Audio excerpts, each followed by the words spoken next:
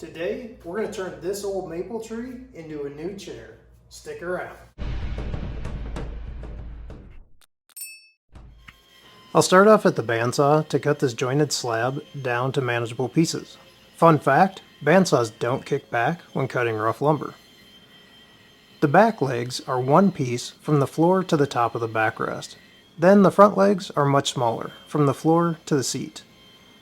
I'll resaw all the legs down to save time as well as wear and tear on the planer. Next, we'll plane these pieces down to 1 1/4 inches.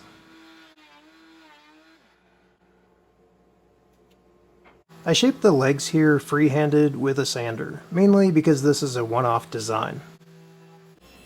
Here I'm using a taper jig and the Izzy Swan infeed support. This makes life a lot easier while tapering the front legs. For now, I'll just zoom through these rip cuts of the horizontal supports.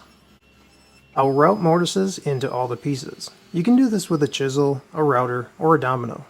Spoiler alert, a domino is just a fancy router that happens to be good at a few specific applications.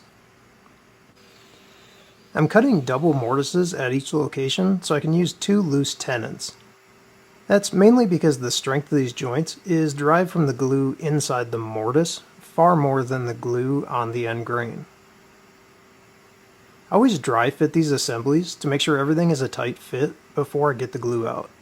It basically gives me time to fix any issues without the open time of the glue looming over my shoulder. Let's take a look at the dry fit. Perfectly flat on one side and slightly recessed on the other. It's a good time to point out these two sides should be a mirror image and not a duplicate. I'll take these apart now that we know they fit, and we'll finish sanding through all the grits to get that nice smooth finish. Back to the bandsaw with my lovely assistant to break down the large slab for the seat and the backrest. I'm using an alternating in-out pattern on these pieces to ensure a perfect glue joint, even if the joiner fence isn't exactly 90 degrees. I'll put 5 mortises in each side of the first seat joint. You can see the third piece is getting the old glue and clamp treatment at the moment. They're in the background. Let's just say mistakes were made.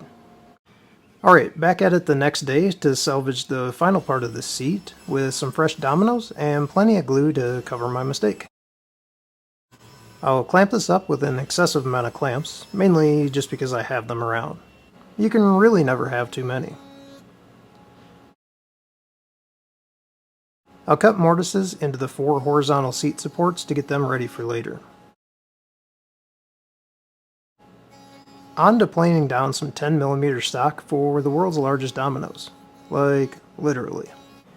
I'll rip these down to 1 inch width and round over the edges on the belt sander. If you want to use a router, have at it.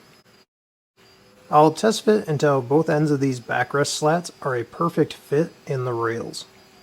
I lost the footage of routing out these dominoes, but you'll just have to believe me that I did it. Now for the land speed record of backrest glue ups. Glue these well. You can clean up the squeeze out with just water. More clamps to the rescue. I put 1 over each slat. Overkill? Probably. Now I'm putting mortises in the inside of the chair sides. These will be for the horizontal seat supports, backrest, and lower leg stabilizer. Alright, the backrest is dried overnight, and I'll do some final sanding before installing. Here we'll sand through all the grits on the seat.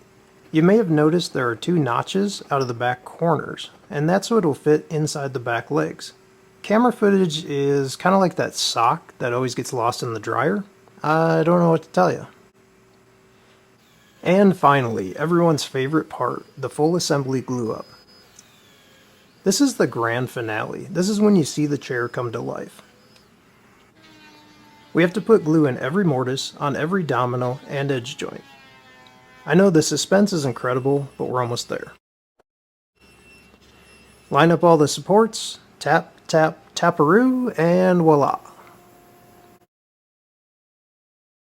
I let that sit overnight to dry, and the next day I cut 8 of these 5mm mortises around the edge, and these will be for the seat clips.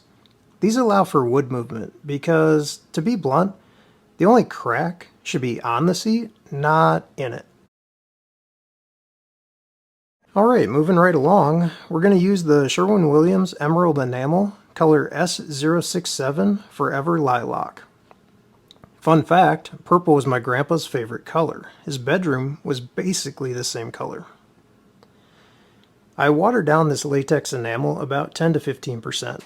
The goal here is for the paint to run clear off the stir stick, not have those little droplets at the end. I'll pour the paint into the HVLP gravity feed hopper and let's get to it. By the way, sorry Dad, if you want this drop cloth back, it's basically got paint on both sides now. The key to painting is to start off with a light coat and let it soak into the grain and then tack up. Then apply a medium coat and let that tack up. And finally, a full wet coat. It's basically like painting a car. The full wet coat is where you get that little bit of sheen and the smooth, level surface. This paint will technically dry in no time, but I'll let it cure for about 3 days for the enamel to harden. I mean, this is going in a kid's bedroom, so it's going to take some abuse.